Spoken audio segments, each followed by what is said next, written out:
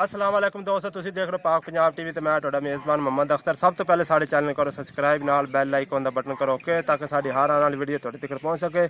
दोस्तों अज तुहाडे वास्ते दो असर झोटियां दी वीडियो लैके हाजिर होया। उम्मीद करना तुहानू पसंद आएगी। कैमरा मैं साफ दर दिखाओ।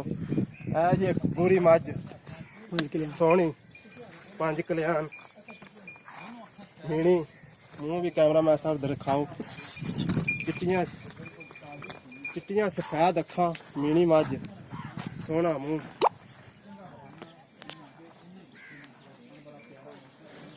तसलिया ना दिखाओ। 5 कल्याण छोटी और सफेद डार दी थोड़ी जी।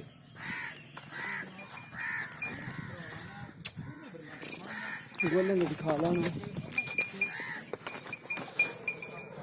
दर्दी बोल डार दी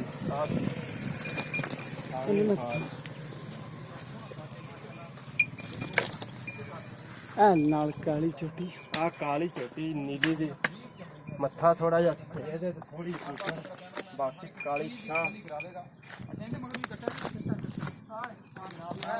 दिखाओ जी, सिंह मोड़ दी सिंह मोड़ती पई है। चिट्टियां सफेद अखा, डार दियां ने थोड़ा जिहा।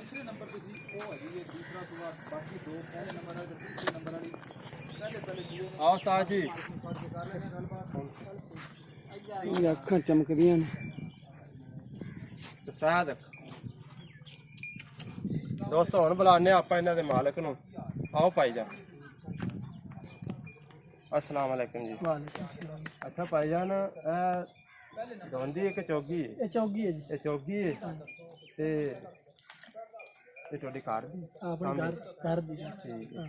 जेहड़ी आ चौकी ये दोवें विच चोटी घर दी ए खीरी, कच्ची खीरी है। आ खीरी बिल्कुल। ते आ जरा बूरी दा रेट दसो पहला। 1,35,000 1,35,000 रुपए दा रेट है। ते एस दा 10,000 ਇਹਦਾ 80,000 रुपए प्यार मोहब्बत कर लो।